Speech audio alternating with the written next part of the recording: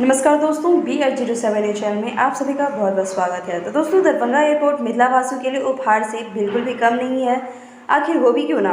छठ एवं दीपावली जैसे महापर्व में मिथिला के लोग देश के कोई भी कोने में क्यों ना हो, वो अपने घर को जरूर लौटते हैं।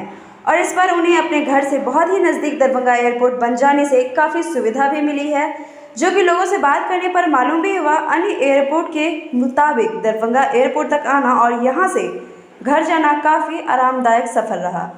लोग खुश भी हैं। दरभंगा एयरपोर्ट बन जाने से लोगों को अच्छी सुविधा मिल रही है। थोड़ी सी कमी है, मगर उसे भी जल्द पूरी करने की कोशिश की जा रही है।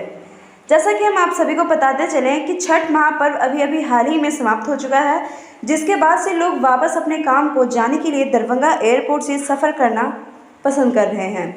इसके साथ ही दरभंगा एयरपोर्ट पर अभी फ़िलहाल किराया बहुत ही ज़्यादा है, फिर भी लोगों ने मजबूर होकर यहां से सफ़र किया और इसी के तहत 14 तारीख 11वां महीना 2021 को हवाई अड्डा पर आवागमन एवं प्रस्थान करने वाले यात्रियों की कुल संख्या 2923 रही।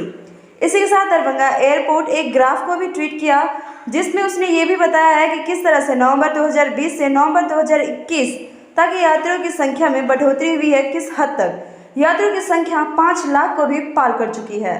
तो दोस्तों, आप देख सकते हैं कि दरभंगा एयरपोर्ट किस तरह से अन्य एयरपोर्ट को पीछे छोड़ चुकी है और कई एयरपोर्ट को पीछे छोड़ने के कगार पे बढ़ ही रही है। तो दोस्तों, वो दिन दूर नहीं है जब दरभंगा एयरपोर्ट एक इंटरनेशनल एयरपोर्ट के रूप में लोगों के सामने उभर कर आएगा। तो दोस्तों, ये था हमारा आज का रिपोर्ट और इसके साथ हम लेंगे आपसे साथ ही दरभंगा एयरपोर्ट से जुड़ी हुई तमाम खबरों के लिए आप हमारे चैनल पर बने रहे। और अगर आप हमारे चैनल पर नए हैं तो हमारे चैनल को सब्सक्राइब कर लें। शुक्रिया।